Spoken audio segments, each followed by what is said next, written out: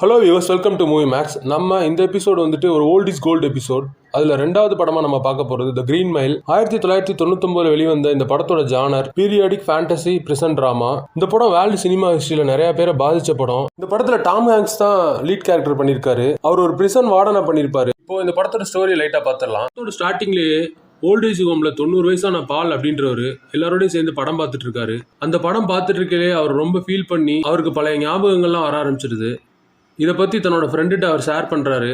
அப்போ தான் அந்த படமே ஸ்டார்ட் ஆகுது. கொடூர குற்றச்செயல்கள் செய்து மரண தண்டனை அளிக்கப்பட்ட கைதிகள் எல்லாரையும் இந்த ஜெயிலில் எலக்ட்ரிக் சேரில் உட்கார வச்சு துடிக்க துடிக்க சாகடிப்பாங்க. ஸோ அந்த ஜெயிலில் தான் பால் அவர் வேலை பார்த்துட்டு இருக்காரு. அவரோட வேலை எலக்ட்ரிக் சேரில் அவங்கள உட்கார வைக்கிறதுக்கு முன்னாடி சில ஃபார்மாலிட்டிஸ் இருக்கும். அதெல்லாம் அந்த ஃபார்மாலிட்டிஸ் எல்லாம் கரெக்டாக இருக்கா அப்படின்னு செக் பண்ணுறது தான். குறிப்பாக அவங்க தலையில் ஃபேன்ஸை தண்ணியில் நினச்சி வைக்கணும். இல்லைன்னா எலக்ட்ரிசிட்டி ஓவர் ஆகி அந்த பாடி வந்து ஃபயர் ஆகி எரிய ஆரம்பிச்சிடும். அப்புறம் ஸ்மெல் எல்லாம் நிறையா வரும்.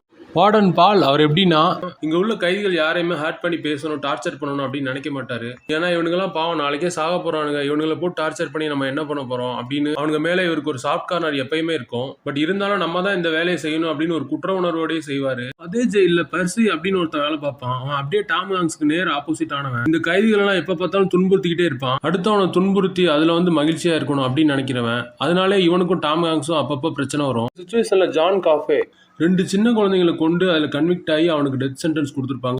அவனை இங்கே கூட்டிட்டு வர்றாங்க. அவன் ஆளு நல்ல ஹைட் அண்ட் வெயிட்டா இருப்பான். ஆனா அவன் வந்து ஒரு குழந்தை மாதிரி கேரக்டர். இருட்டுனா பயப்படுவான். லைட் எப்பயுமே போட்டு வைங்க, நைட் லைட் ஆஃப் பண்ணாதீங்க அப்படின்பா. அப்புறம் அவனுக்கு ஒரு ஹீலிங் பவர் இருக்கும். அது மூலியமா ஒரு கேன்சர் பேஷண்ட்டை கூட குணப்படுத்திடுவான். அந்த மாதிரி ஒரு பவர் இருக்கும் அவனுக்கு. ஸோ பாலுக்குமே ஒரு ப்ராப்ளம் இருக்கும். அதையுமே ஜான் காஃபே சரி பண்ணிடுவான் ஹீல் பண்ணி. இதனால பால் வந்துட்டு இவன் எப்படி கொலை பண்ணியிருப்பான், இவன் எவ்வளவு நல்லவனா இருக்கானே அப்படின்னு நினைச்சிட்டே இருக்காரு. அங்க வந்துட்டு எட்வர்ட் அப்படின்னு ஒரு கைதி இருப்பான். அவன் வந்து ஒரு எலியை பெட்டா எடுத்து வளர்ப்பான். அதுக்கு பேர் மிஸ்டர் ஜிங்கிள்ஸ். அந்த எலியுமே பெர்சி மிதிச்சு கொன்றுவான். ஆனா அதையுமே ஜான் காஃபே ஹீல் பண்ணி அதுக்கு உயிர் கொண்டு வந்துருவாரு. அந்த சீன் எல்லாமே நல்லா இருக்கும். பெர்சியை வந்துட்டு எட்வர்ட் திமிரா பேசிடுவான். அதனால பெர்சி என்ன பண்ணுவான்னா, எட்வர்டுக்கு அந்த எலக்ட்ரிக் சேர்ல உட்கார வச்சு தண்டனை கொடுக்கும்போது தலையில அந்த ஸ்பாஞ்ச் வைக்காம விட்டுருவான். இதனால அவர் வந்து அப்படியே ரொம்ப துடிச்சுடிச்சு எரிஞ்சு சாவாரு.